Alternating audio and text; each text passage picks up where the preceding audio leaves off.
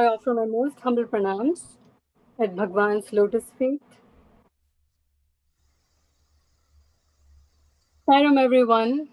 Before we begin, I would like to take about few seconds. Let's all close our eyes and pray for world peace, for the tragedy that happened this afternoon in Beirut.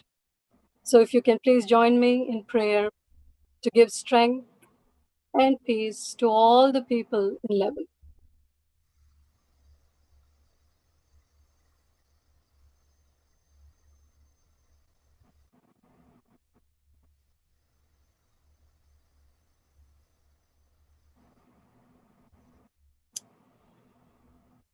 Thank you everyone for joining me in the prayer. I'm sure all of you do agree with me that all our hearts go out to them in strength, in peace, in nonviolence, and prayer, most importantly. So, the topic that I decided to share my journey with Swami is friendship with Sai, my divine friendship. So, I'm going to split my journey in three different parts. There's always, it's like a movie. You have an introduction where it's the honeymoon period, where everything is happy and fun and frolic. And then you have some tragedies, and then you have the climax, right? So the first part of my friendship is just being a good friend to Swami. So my journey started to Swami as a child thinking, how does he perm his hair? This is $1 million question in my head. And I'm thinking, I have curly hair, Swami has curly hair. Who shampoos his hair? Who is blow drying his hair and keeping it so beautifully in place? That was the most simple curiosity question that I had in my mind when I would look at the beautiful picture of Swami, his loving form. That's how my journey started to Bhagwan. And I joined Bal Vikas like all the SSC kids do, and the Bal Vikas kids do all over the world. In my Bal Vikas, I remember I have shared some of the stories with many people and recently in the regional retreat as well. So if it's a reminder, please bear with me. When I went to Bal Vikas, I remember my Bal Vikas SSC teacher, she was telling me that we are going to talk about the importance of truth today. And I was that kind of a student who would sit under her nose, who would write down each and everything that she said, because I would practice the whole week and then come back and ask her questions and find faults with her as to why did she not explain this properly to me. So that was the bigger agenda, so to speak. So I went for the SCC class that Sunday morning, and next day morning, me and my sister, we are going to school. And so while we are going to school, there's a house and there is a L bend. And there is a female Doberman dog, very tall, had a couple of pups, so very territorial, maternal instincts. It would place its paws on the gate and ready to, jump. And it was a very famous female Doberman dog. It would have uh, movie shootings, climax scene shootings, soap opera shootings, for fight sequences and so on. So we were very careful not to come on the weekends that side. So every morning we have to pass by this house and take the bus down the road. Every morning we have the same, conversation between my sister and I. Oh, the dog is there. Why don't we just write a false leave letter and say we have stomach pain or head pain and just, sleep, go back home, just for the fear of the dog jumping and giving us a nice bite. So one fine day, I got fed up of this situation and I told my sister, the dog is blind. Don't you know this? Very well knowing that that week, I was supposed to be practicing telling the truth as per my SSC class. So I knew in my head that I've made a mistake. It's a red flag. I am going to get punished somehow by my SSC teacher or by Swami, one of them. And so after that, my sister had asked me, how can a dog be blind? And I said, why can't dogs be blind? Dogs can be blind. So we are going to school. Everything is going hunky-dory. We're going to school. Long story short, one fine day, I had a flat tire on my bike. And my father and I, we were walking the bike back home, and there was a shooting climax scene going on outside that particular house. Now, in the movie where the actor sees the actress and there is love instantly at first sight. So the dog turned, it locked eyes, and I knew what's the next thing to do. So I'm running a marathon race to my house. So I'm running, the dog is running behind me, the watchman of the colony is running behind me, the house owners are running behind me, the stunt master is running behind me. My father's happily walking to home. And I just run inside the house, shut the door in my bedroom, and I'm panting and I'm crying, and tears are coming down my eyes. And my sister's sitting on the bed, and she asks me, "What happened?" So I say, "The dog, you remember the dog? The dog almost bit me today." So she asked me, "Isn't the dog blind?" And so the classic response to any argument is, "I don't want to deal with it. I don't want to talk to you right now about it. I'm going to sleep." So I slept. And Swami came in my dream, and that was my very first dream as an SSC kid. Swami came in my dream and said, "How was the dog?" And I was surprised. I said, "Swami, you can't be smiling when I am literally in pain and tragedy is going on with me." And I said, "Swami, the dog almost bit me. Did you see?" Swami said, "Yes." And then he smiled at me, and he had a very serious demeanor. And he said to me, "The dog is not blind, Bangaru. You are blind to my message." And that was a thunderbolt. So to translate, Swami very sweetly calls us Bangaru, as golden, right? So he said, "The dog is not blind, my dearest. You are blind to my message." And the dream got over, and I woke up. So the first thing that I realized was that Swami is very serious about his business. And he's not going to take no for an answer if you take one step towards him. He will make it his business to make you his friend.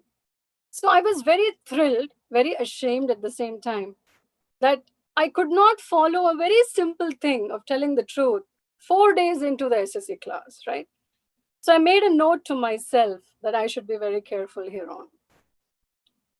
That was my first understanding of Bhagwan. I didn't see him yet then. I didn't go to darshan and have his darshan many times. So it was a very long distance relationship. Every relationship starts with sight and then talk, and then it's a long distance relationship. So now I was very thrilled. I had an idea that Swami is watching me. There is a CCTV camera on me every second. So what can I do to become his friend faster and quicker?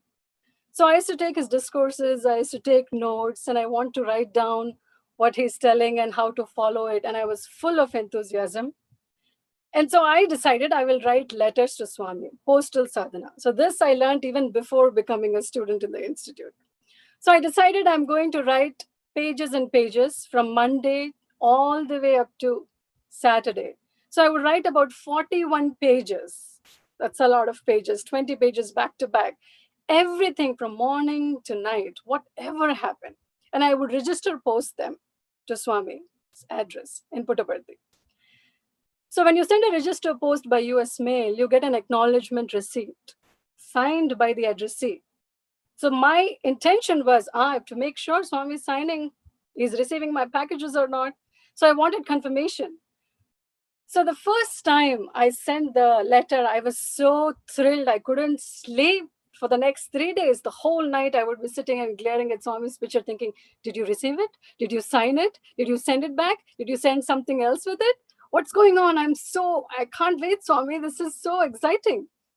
So come the following Monday or Tuesday, I get a receipt signed by Swami as Bhagwan Shri Satya Sai Baba with a picture of Swami and a Vibhuti packet.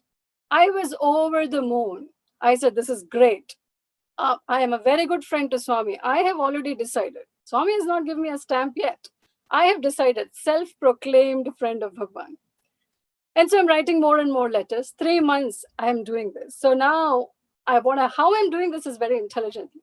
I'm changing the postage every time. I put colors. I got some sketch pens. I did watercolors. I put flowers, different designs, different kinds of sheets, different color of pens. So Swami is not bored, receiving the same stationery every single time to keep Swami engaged and glued to my letter. That was the idea. So after 3 months, Swami comes in my dream. He comes in my dream and he's holding all the letters. So that's 3 months. You can imagine how many weeks. He's holding all of them in his hand and he asks me in Telugu with such a shocked, beautiful face of Bhagwan. He says, Yentidi? He says in Telugu, what is this?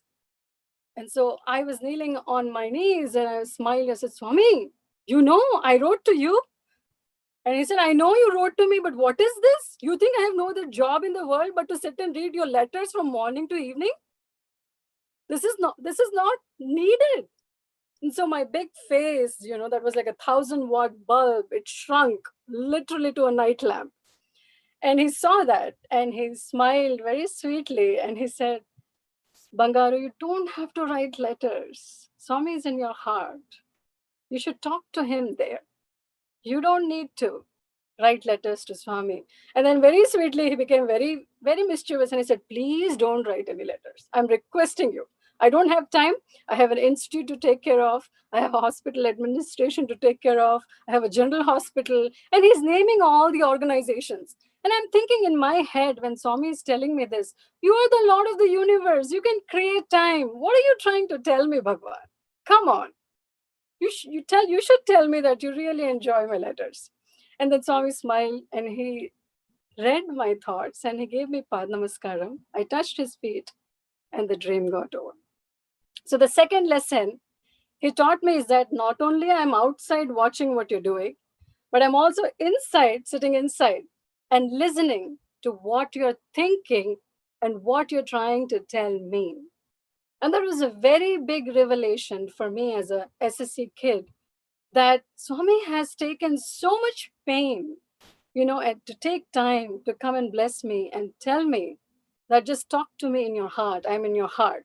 So I was very happy when I woke up that morning thinking, I have a portable Bhagwan inside me who is always walking around with me, sleeping with me, eating with me. I cannot miss him. There is no way I can lose him. So he's a permanent property right here. That's second confirmation I got. So the third confirmation I got was I was in my 10th grade. And in India, if you're in a 10th grade, it's your life, basically. If you get good grades in your 10th grade, your life is set as an engineer, as an accountant, or as a doctor. So you have to study really well for these public exams, which are national exams, and there's a lot of pressure. Now, having said that, I am also an avid cricket fan, Indian cricket team. And so I would sit religiously and watch all the games from the first ball to the last ball, and then watch the repeats also on the sports channel. So there is a whole level of mania that was, there in me. So one such time when I was in my 10th grade, I remember I was sitting and watching a match, and all mothers, they give you a look when they're walking by when you're doing something wrong and they correct you right away. So my mom said, see, Sachin Tendulkar is the greatest batsman. He made his life. He's earning very well. You should learn from him while you're watching him. You should also study and make your career very well. Get out of here and study well. So I said, one more over, one more ball. This kept going. And it's a 6-hour session. So I'm watching the match and I said, I'll finish quickly. Don't worry. So I brought my books. I'm sitting and watching the match and studying. And in between, on top of that, I have Vishnu Sahasranamam, the 1,008 names of Lord Vishnu, the Sanskrit book, in my lap. And I'm chanting Vishnu Sahasranamam so that India wins the match. Hardcore fan. And so at this point, my conscience is telling me, you're doing the wrong thing. Your duty is to study as a student. You're not doing the right thing. Still, we do this, right? We curb our inner voice very successfully, thinking we are very clever. So I said, Swami, some more time, just few more minutes. And few more minutes, it was almost 3.5 hours into the game. So all of a sudden, there's no power in the house. So power cuts are very normal in India. So I go unplug stuff, looking at the electricity, circuitry and seeing if everything is perfect. Everything is fine. So I come back, I unplug the TV, the box, the set box, everything. Nothing is working. So I prayed to Bhagwan. I said, Swami, please, I'll watch for 10 minutes and I will shut the game down. As soon as I prayed, the power comes back on. And I said, Swami is such a good friend. He's also a cricket fan. That means that was my understanding. So I'm watching the game, 10 minutes got over. And exactly at the 11th minute, there is power in the house, but there is no cable TV connection. You only see black and gray spots on the TV. So at this point, I'm unplugging stuff again, and I'm calling the cable guy and asking him, why is the match not coming? It's a very important match. And he says, everybody's house has a match coming. Why is your match not coming? Until then, it didn't hit me who is actually controlling the cable TV. So I closed my eyes again. My friend, I said, Swami, please, 10 more minutes. It's our country. You have told us to be patriotic. How can you do this to the great patriot cricket fan in this country? And all of a sudden, the current comes up. The cable comes back. I am thrilled, and I'm watching the match. And I decided I will finish 1 over, which is 6 balls, and I will call it a day. So 6 balls get over, and I'm still watching. So at this point, I'm sitting against my window. And, in India, you have this mosquito mesh nets to prevent mosquitoes from coming in against the windows. So I'm leaning my head against and I'm watching the match. All of a sudden, I feel a knock on my head. And I'm thinking, what's going on? So I just do this. And again, I feel a knock. And again, I do this. And third time, there is a knock and I see a tail hanging on my cheek. At this point, I am petrified. I look up, there is a mouse on my head that crawled and bit a hole into the mosquito net. I jumped. I screamed for life. I ran like nobody's business, shut myself inside, and I was gaping at Swami and telling him, what are you doing? You should be on my side. You're my friend. We had a deal. And I went to bed. Swami came in my dream that very afternoon. And I was telling him, Swami, the cricket match is going on. You won't let me watch the match. You're a nightmare nowadays. And I'm complaining to him. And Swami so sweetly says, what are you doing? What are you studying? I said, Swami, I have this and this exam. So what are you right now? I'm a student, Swami. What is your duty? To study, Swami. But there's a cricket match. The whole country is watching. I'm the only one not watching, Swami. It doesn't make any sense. And he said, but your duty is to study. And your mom warned you. You're not listening to both the warnings. And so he said, don't watch cricket match again. And so that was a long time ago that I never watched a cricket match on TV for a long, long, long time, in fear of failing in my duty, of course. So that was the 3 incidents that sealed a deal where I realized that, Swami is my friend and I am Swami's friend. But it's not enough, right? We're all very intelligent. We want confirmation. Like Swami says, you have to have implicit faith in God. But what do? We give him tests. Forget he giving us tests. We give him tests.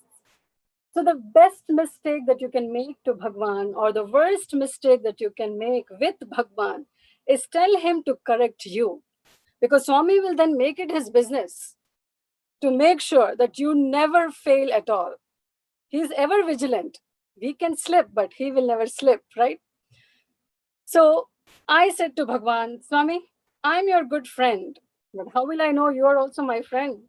You said take 1 step. I took 1 entire step. What about your first step? Forget 10 steps. Greg mentioned about 10 steps. Swami had changed it to 100 steps. And later years, after his 70th birthday, Swami said 1,000 steps. So we got bonus 999 steps, technically speaking. So I told Bhagwan, I don't need to know about your 9 steps. Just 1 is enough. We'll go 1:1 ratio and we'll see where we match ultimately.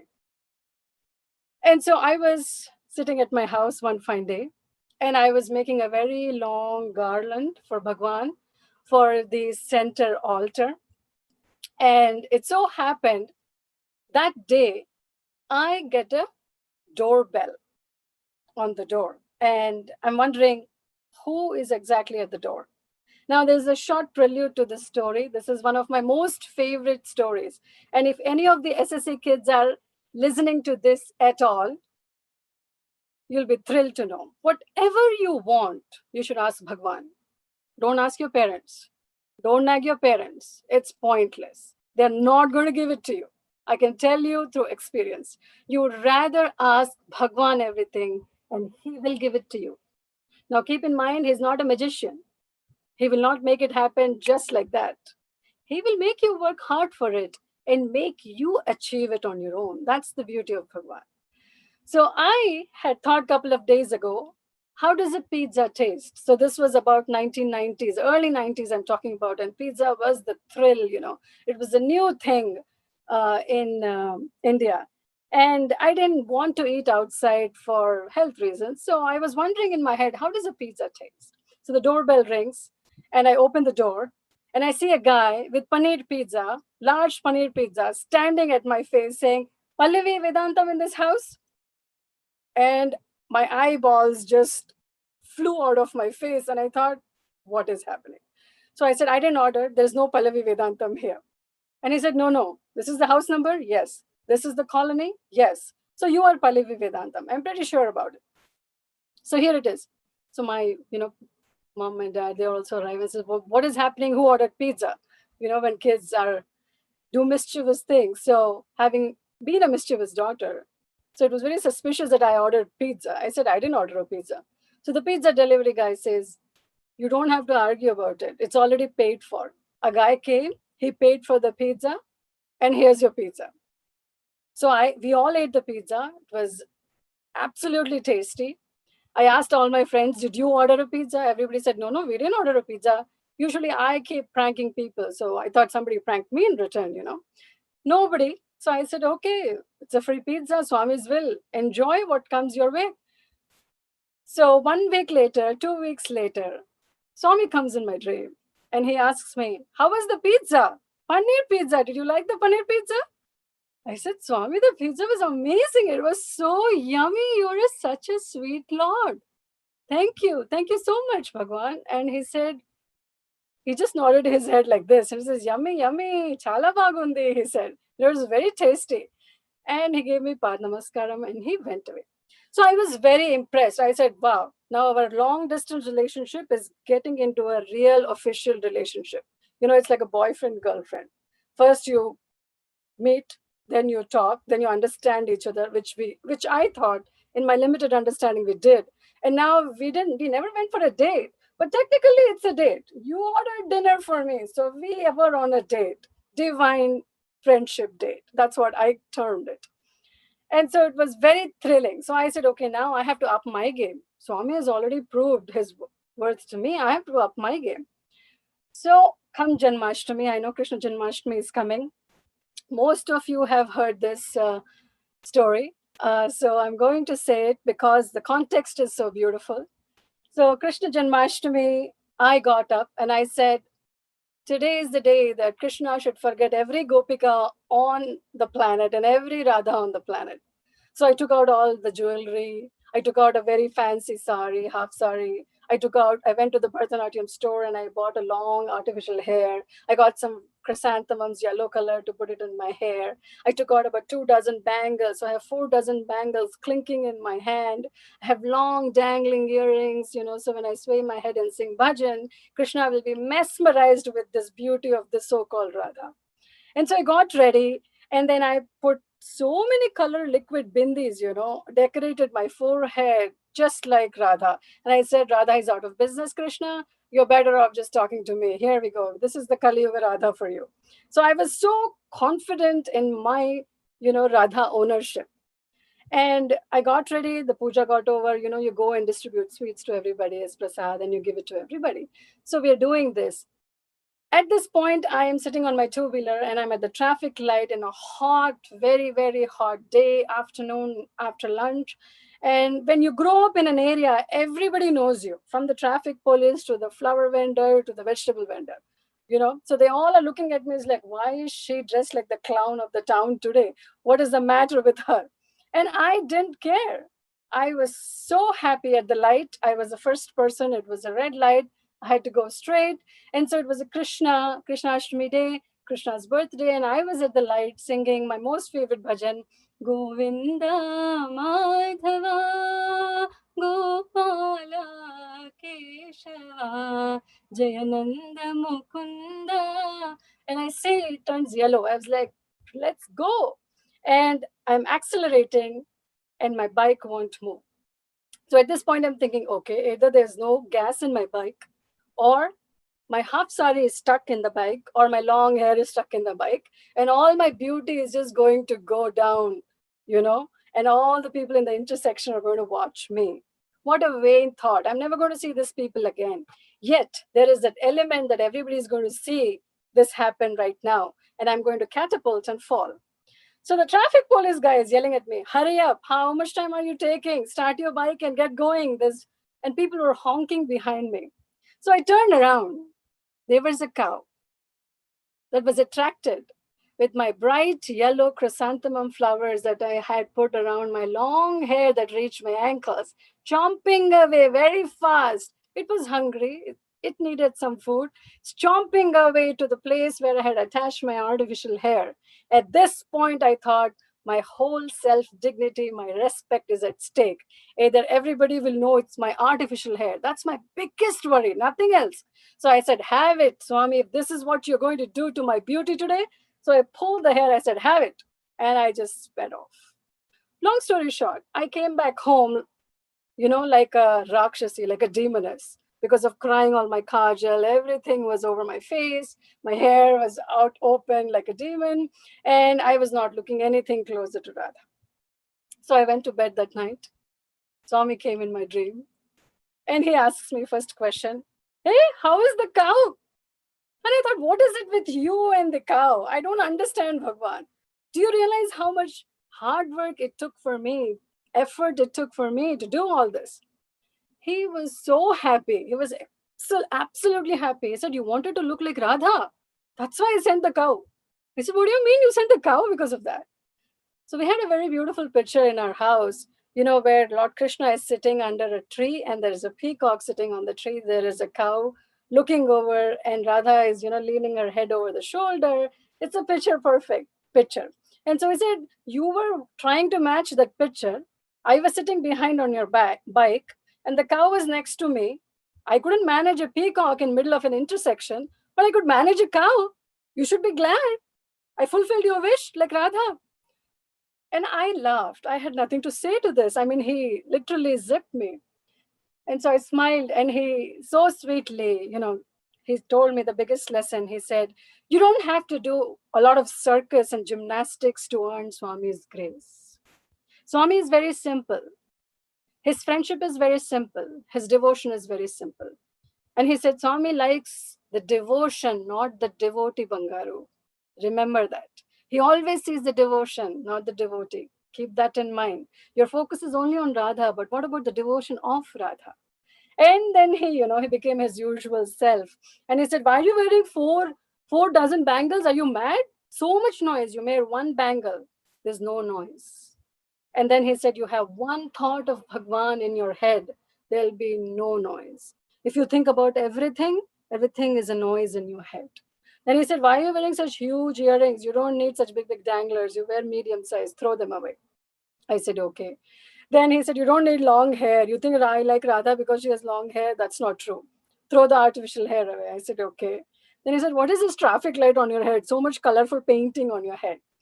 Put one bindi, simple. Be simple and sweet. I said, yes, Swami.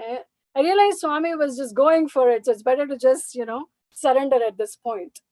And the last thing was like a thunderbolt. He said, you wore anklets and you went for bhajan. Everybody is sitting in a very meditative mood and you're walking chal, chal, chal, chal. You are such a disturbance to everybody's spiritual development. And that was like pulling the rug under my feet. And I thought, okay, that is the biggest blunder I could ever do. Everything else is I can fix, but I don't want to destroy anybody else's spiritual devotion. So I said, Swami, I will not wear them again. He said, yeah, don't throw, they are silver. Your parents will not like it, into the dustbin. So you keep it safely back in, but don't wear when you go to bhajan and don't be a distraction. This is what he said. So what I learned from this is that Swami became from my friend. Now we were friends. It was very official. He said, I am your friend, you are my friend. And that sealed the deal. But I was looking for an element where there is friendship, It has to be a bond of friendship that is concretized ultimately. So I started reading a lot of discourses of Swami. I wanted to know what are his expectations for me personally, and what is it? Why is it that we need Swami? We all know Swami is God. Swami does miracles. So what? There has to be something beyond that. That just can't make us happy. We are beings that we are seeking something much more than the trivial pleasures of our life. So I started reading, and fast forward, I became Swami's student by his infinite mercy and grace. And there's one incident that I keep in my heart and I always ruminate over is I'll tell you very shortly an abridged version that sealed our friendship ultimately. Swami does Gram Seva, and this was 2002 Gram Seva. We were all doing Gram Seva. And the beauty of Gram Seva is that Swami sees in a newspaper that there is a family, a mother and a son didn't have food to eat. And he immediately became so concerned that he mobilized a huge Narayan Seva, Gram Seva project of distribution of food, distribution of clothing, to all the villagers. And he had all the students and devotees and staff involved in this. Now, the beauty of this is he sees something, he declares to the whole world very humbly, and then he will give us the opportunity to serve. So I'm not sure what is our contribution here. That is our sweetest Lord. He conceives it, he conceptualizes it, and then he blesses us for it. And we are nothing, we are not even anything in front of that magnanimous sankalpa of Swami or will. So we did the Gram Seva for 2002. And Swami, we finished the Gram Seva after the fifth day. Swami said, everybody come and sit, I'll distribute saris as a token of my appreciation and gratitude to all of you for helping me do the Gram Seva. This was the heights of humility that you could ever get, from Bhagwan. These are the small things that you learn from Swami. So we all sat down quickly, and I was sitting at the very end, and we were sitting at diametrically opposite rows. Swami distributed all the saris, came midway, and Gemma Madam, our previous warden, late Gemma Madam, she was there. And Swami came to her and said, how many girls are there? And she gave a number. Swami very sweetly, is a democratic lord. He said, how many girls are there? Gemma, second time. Then she realized maybe Swami didn't hear, properly, physically. So she repeated the same number. Swami third time said, Gemma, how many girls are there? That's when we know something is off. It's better to just keep quiet and find out what's going on. So she repeated the same thing very, very softly, gently, and cautiously. So Swami said, aren't there two girls in the hostel who are not well? How have you forgotten them? Go get them. And he went about. So this was just half a minute conversation. So one of the teachers looked in that direction, me being the cornermost girl. She said, go bring the girl. She gestured. I ran out. I'm running like PT Usha, I'm running a marathon race, lifted my sari, and I'm running in the entire ashram. And because it's 5:15 and 5:30 bhajans are going to begin, and Swami is already halfway through. I need to get those two girls. I'm not sure what condition they are in. Somehow, with great difficulty, I get them ready and I bring them with me. And Swami had finished distributing the saris by then. And all along, I'm praying on the way, Swami, please don't go away for bhajans.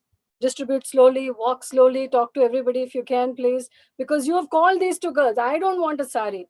Don't give me a sari because I cannot take this when this body leaves.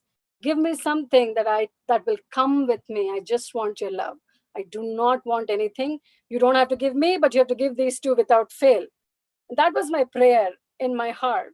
And we all panted back. We sat down. Swami turned. He started receding to the bhajan hall. He had three saris in his hand. Swami's excellent account keeper, let me tell you. He had exactly three saris in his hand. And those two girls came and sat forward. So the warden informed Swami, the girls have come. And Swami took and went there, gave them Padnamaskaram, gave them Vibhuti, blessed them. And they were, in tears. And They were very happy. And I went back as per protocol. As a student, my duty is to go back and sit in the spot assigned to me. So I went back. And Swami turned around. I was like, oh, thank God. And all the girls were telling me, Akka, you should go forward. Please go forward. Please go forward. I said, I don't need to tell the Lord of the universe that there is one girl who has not got the sari. Plus, I don't need the sari. Swami knows. He's a very good investment banker. We don't need to tell him what the investments are. Let him be. And so they all, smiled with me. And Swami started walking away, almost reached the ramp to the interview room door window. Suddenly he turned. As soon as he turned, our assistant warden, she said, Swami, the girl who went and got, the child didn't get Bhagwan. And I was thinking, oh no, Swami, I don't need a sari. Please don't give me any physical objects. I don't want it. Swami walked and he looked in my direction and he did like that. So I ran and I'm looking at the clock. It's about 5:26. So there are 4 minutes to Omkaram. And I'm thinking, how can I drag these 4 minutes out of him where he forgets to give me this sari? This is what's happening in my head.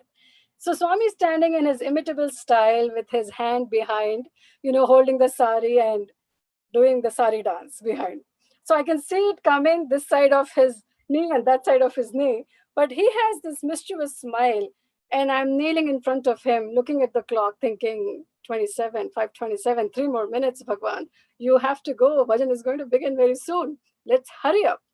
And so Swami so sweetly looked at me and asked me $1 million question, which I find myself asking every single day. And I'm going to share it with you. He asked me is, what did you exactly do to deserve this sari? And then in my mind, I'm thinking, first of all, from the beginning, I'm very clear, Bhagwan, I don't want the sari. Which part of the friendship you have not understood? I'm very clear on what I want. I have enough clarity. It's you who is trying to cloud my clarity right now. So I smiled. I didn't respond to that question because it's a very dangerous question. It's an open-ended question. It can be any answer, right answer, wrong answer. I don't know, so I'm not going to answer. He asked me again in Telugu, Anta goppa pani no em chesav. What is the greatest thing that you have done that you deserve a sari from this? So I just nodded my head. And then I looked at the clock, 5:29. I was like, 1 more minute. Let's do this. And Swami, threw the sari and I caught the sari and I said, Swami, I want your love. We only want your love, Bhagwan. And he said, my love is with all of you. And he walked and Omkaram began in winter. So I learned 4 big lessons from my friendship and this particular incident from Bhagwan as a student. What I learned is that, the hall, Cycle 1 hall was completely jam-packed. There were people standing in West Prashanti, in East Prashanti, and trying to see Swami, craning their necks. There was no space inside Cycle 1 hall. Everybody forgot those 2 girls, but the only person or only avatar who remembered that was Bhagwan, our sweet Lord. We all forgot. As colleagues, we forgot. As staff, administrators forgot. I learned a very big lesson that day. You can be anywhere in the world. You can do anything you want. You can be thinking, you can be complaining to him, you can be praising him, it doesn't matter. He never forgets us. And he will never forget us. But for some weird reason, we want confirmation all the time. Swami, if you do this, I'll do this. I like to in a funny way, like to think, we don't go to our parents every morning. We don't call them up and say, is it a proof you're my father? Is it a proof you're my mother? Do you go to your kids and say, is it a proof you're my children? No. When as mortals, we don't have the idea of confirmation for our own parents. Swami is like 1,000 mothers, as he has said. What is the need for us to every single time ask him, Swami, if you're really there, do this for me? That is one lesson that I learned. The second lesson that I learned from Bhagwan is that we have the power to bend his mind. From all the incidents that I have mentioned to you, I took a very childish step, makes me, brings tears in my eyes.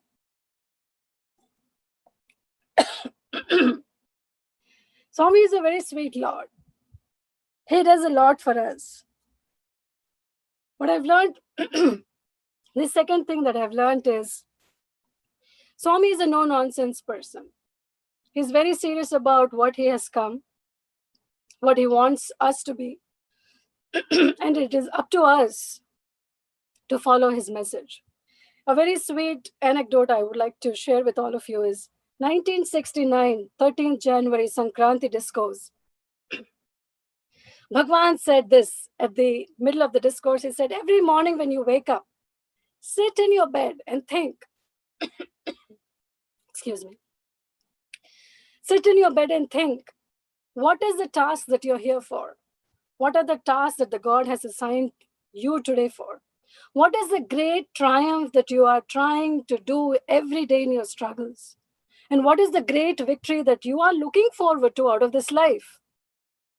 These are very loaded questions. 1969, Swami has given this to us. This was the second thing that I learned. The third thing that I learned, as I was saying, was we have the power to bend Swami's mind or will with our love. Swami said, I don't stretch my hand for anything. I only stretch my hand for your love. And that is the selfless Lord we have. And all that he wants in return is, just do one thing that he wants us to do. Just one. I like to think of Swami's discourses like a buffet system because I'm a foodie. So I'm going to give you an example of buffet. There are 21 items. You can pick one item and fill yourself to the brim. You won't be able to eat 21 items, but you have to pick one item and repeatedly taste it in order to know the real taste of that item. The fourth thing that I learned out of my friendship with Bhagwan is that the most important thing is that we are all here on a transit visa. Whatever we are on a transit visa with our life, and time is running out. We all are living in under a self-misconception that when we get old, we're going to close our eyes and we are going to say Swami's name and go very peacefully, like all the saints and sages. It's not going to happen. Day to day, we are not able to focus on Bhagwan for 5 minutes straight. How are we going to achieve that, the highest goal of our life? So it's very important to keep that faith in our hearts 24/7 as a reminder. And the fourth thing that I have learned, excuse me, is that you have to focus on your one experience that you have. Yes, it's beautiful that all the regions are arranging so many online satsangs to encourage us, to inspire us. It's like this. Let's say you like apple pie or gulab jamun. If I am sitting in front of you for an hour, I'm going on and on and on. Oh my God, this gulab jamun tastes so good. You guys have to try this. It is round, it is brown, has a sugar syrup. It tastes like the seventh heaven. And you're thinking, what is wrong with her? Is she a fool? I have not even seen a gulab jamun. I have not even tasted a gulab jamun, right? I can inspire you to go near a gulab jamun or maybe procure a gulab jamun, but you have to eat it to understand what I felt ultimately. And the fourth thing that I learned is that you have to hold that one experience. I'm sure all of us have one experience. That one experience is that lamp in your heart that holds the flame of your faith again and again in every difficulty. It's very difficult to keep our faith steady in difficult times. We hear these lovely experiences of all experiences are so happy and nice, and Swami did this, Swami did that. But there are ugly experiences, and all of us know that life tests us. Swami also tests us. And in those times, we need that one experience. So hang on to that one experience of yours, more importantly, and hold on in your heart and keep it reminiscing, reminding, and encouraging yourself. That is the most important thing that needs to be done primarily. And the last thing that I want to say and close with, in the interest of time, is that we are reaching the 95th birthday celebrations this year of the Purna Avatar. This avatar is our friend, our mother, our father, our everything. This is the golden opportunity that he gave us, a blessing that he blessed us with. We're never going to get this chance. We don't know what we are going to do in our next birth. We don't know what we are in a past birth. Maybe if we start something in this birth, that flame of our faith will continue to glow in the next birth. And how many ever million births it's going to take for us? This journey is going to continue. It's not going to stop with this. So it's up to us to make him happy. What I have learned very humbly in 31 years of my limited physical existence, that I started my friendship with Swami with my first step of an understanding that I can never understand Bhagwan. I don't know what his love is.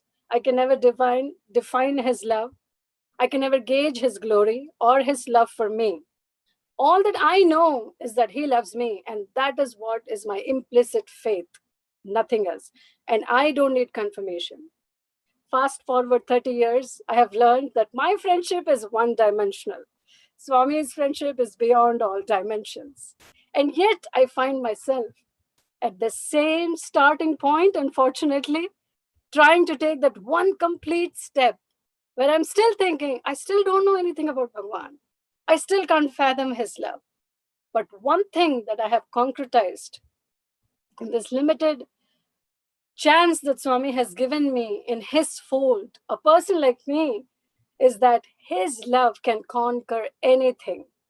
And he has told us, in order to develop that love, we need to have role models to inspire us all the time. We need to have role models like Mirabai, who became a saint. We need to have more role models like Prahlada, who became such a divine being who taught us that God's faith can do anything. We need to have role models like a businessman like Purandar Dasa, who Swami removed his attachment to wealth and made him a saint who sang his glory for about more than 6,000 songs. So when all of these normal people can become divine beings, I think we all have a chance, right? So the last thing I want to say is that, Swami, you have been very kind to me and to all of us. Of course, in a very lighter vein, I say this, that watch out for all the animals. They are the ones who are teaching you a lot of lessons. The dog, the cow, and the mouse taught me great lessons. So I'm sure Swami is employing some tools and instruments in your case too. But all that I want to end with is that now is the time, now is the time, and now is the time. Because the global consciousness is very highly heightened by Bhagwan with all that is happening around us. We don't have time to think about our trivial worries and problems. He will take care of it. He has given us a promise that there is no emergency for the people in his fold. So let's not worry about that.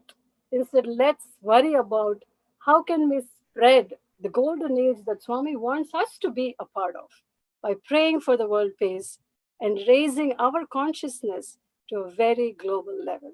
So I pray to Swami to give us all the strength and the divine guidance to fulfill his mission and be those small, tiny lamps in front of the 1,000,000,000-watt sun that is always looking to us. Thank you for the wonderful opportunity. I'm really humbled. Thanks to the Region 1 officers and Region 8 officers and all the tech team, and also to all of you for the patient listening. I'm sorry I digressed a few minutes, Greg. I hope you will not take me to task. Thank you so much, everyone. Sairam.